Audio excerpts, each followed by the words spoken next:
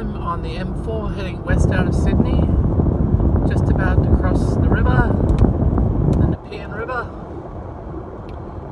and I'm on my way up to Bathurst. It's Thursday morning at about 11:30, and I just thought I'd take the time to have a little chat with you while I'm driving along. You've probably seen some of my glider monologues, so this might be the on my way to gliding monologue. COVID-19 has had a fairly dramatic effect on people's mental health, and I think what a lot of employers will need to understand is what Dr. Mel and I talked about in one of the episodes of The View From Here, I think it was episode 3, is that organisations are going to have to become more trauma-informed when it comes to their employees. This COVID-19 situation is very traumatic for some people, and some of us have lived with extensive trauma for a very long period of time, and the trans and gender diverse community experiences discrimination and situations that lead to not only significant experiences of trauma, but incredible resilience against trauma. So I think organisations and employers would do really well to consider what they can learn about that topic. Now, I'm feeling particularly buoyant today. I haven't worked since February, thanks to my previous employer, and then COVID-19 has meant that it's been rather difficult for me to find work. But how difficult? Well, before COVID-19 even happened, I knew my contract was coming to an end. So I spent the 12... over the speed limit. Let me slow down here. I spent the 12 months prior to the COVID-19 outbreak applying for work. And in that 12 months, I applied for 2,800 roles. Unsuccessfully. I barely got any interviews, in fact. Now you might say, gee, you mustn't be very good at writing resumes or cover letters. Well, let's consider first of all that I run Trans Employment Program Australia, and I advise people on how to write resumes and cover letters. Nonetheless, I did receive $2,000 worth of career transition support from one of Sydney's most respected, or Australia's most respected organisations with respect to career transition. Get hold of the speed limit. I'm only a kilometre over, but so I have had professional assistance as well as my own personal experience of how to apply for jobs. So it's not that I don't know what I'm doing with respect to applying for jobs.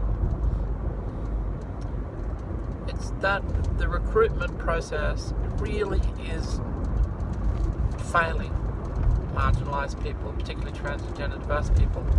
And I'm going to talk about this at an upcoming panel session, which I'll share with you when the time is appropriate. But I got an invitation this morning to speak on that panel, and it just started my brain going.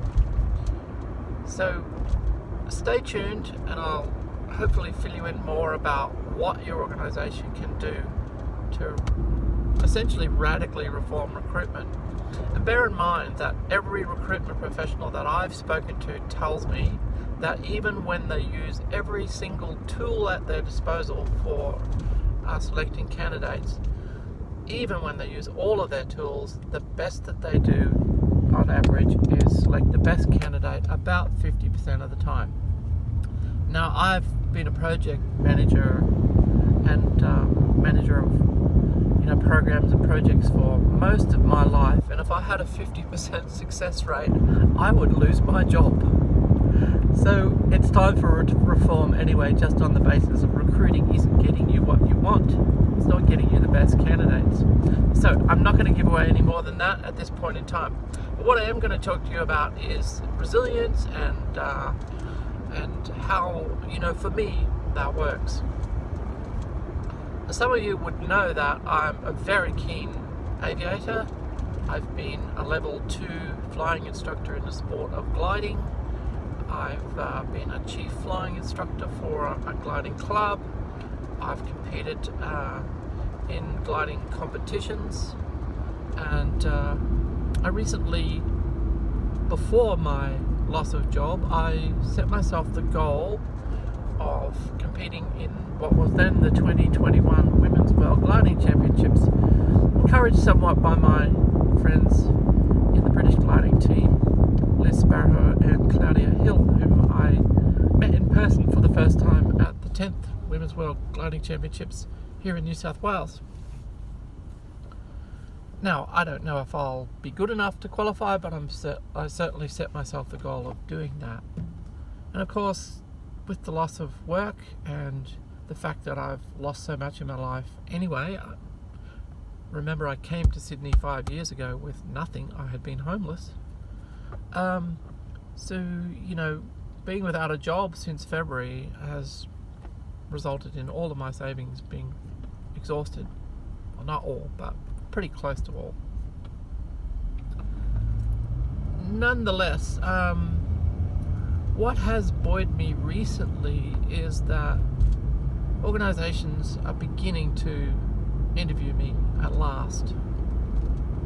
And so I had 3 interviews last week for great roles, and I have another one coming up on Friday. And I'm going to talk about those, and I'm going to talk about career progression more in my public speaking, which I've already mentioned. The thing that buoys me is having things that I can focus on that make me feel good about myself and about the world. And that has typically been my work. As I said to one of my previous managers, I don't have much other than my work.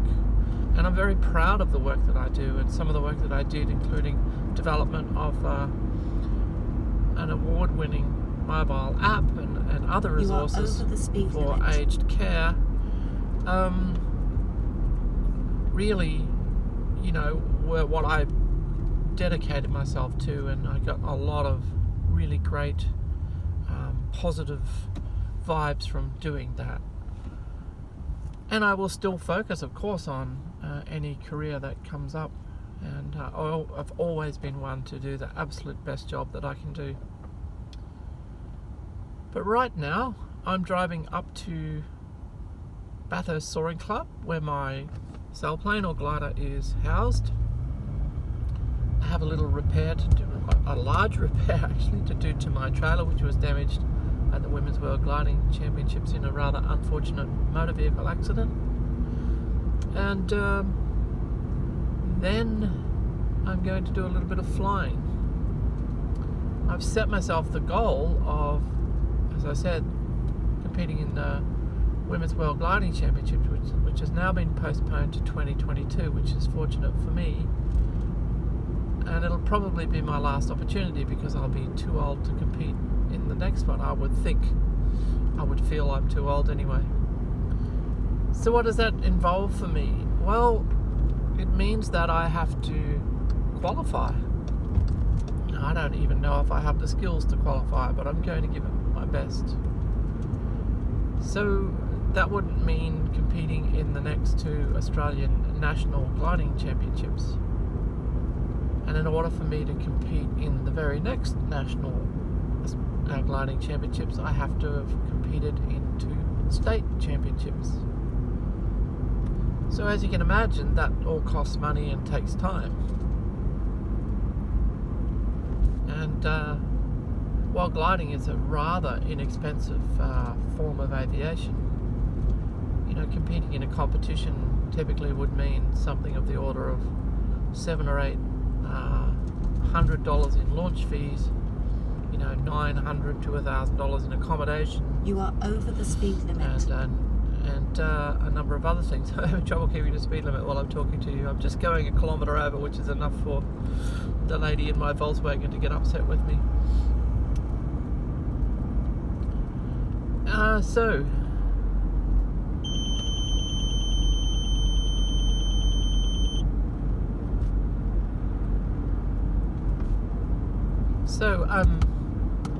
Yeah, my motivation is to see if I can get a job very soon out of one of those interviews, save some money, and get myself off to the New South Wales Gliding Championships. I'm hoping to get an exemption from doing 2, given that I've done gliding comps before, and given my cross-country experience. So hopefully I can get an exemption. I only need to compete in the 1 state championships, and then compete in the nationals, and then compete in the subsequent nationals, and see how I go. So that's the plan. But it does bring our attention to, how do people cope, and how do people, keep themselves inspired. And it also reminds me of much of what I've talked about through my Indigenous studies. Indigenous peoples of the world, often feel like there's just no hope. There's marginalized people everywhere find themselves in situations where they're dealing with injustice day after day after day after day. And if you look at what's happening in the US at the moment, I was just watching a video this morning of 5 children walking down the street, as children do, 15 years of age, and a police officer draws his gun on them, gets out of the car, and stands there holding his gun pointed at their heads. For what? For being black while walking. And it's similar for trans people, being trans while working. You might think that's fine, and your organization might well be supporting trans people or people who transition in your workplace. You have a valued employee, and you recognize that you need to assist them because they've come to you and saying that they've transitioned. But what I'm going to ask you is, look at your senior leadership. Is there a single trans and gender diverse person in your senior leadership? Is there a single trans and gender diverse person in your executive, your board? No. There are just 2 trans women who call themselves CEO in Australia, New Zealand. Those 2 women have that title because they started their own companies. I am not aware of a single trans and gender diverse CEO in any corporation in Australia other than those start your own business entities. And frankly, it's time for change.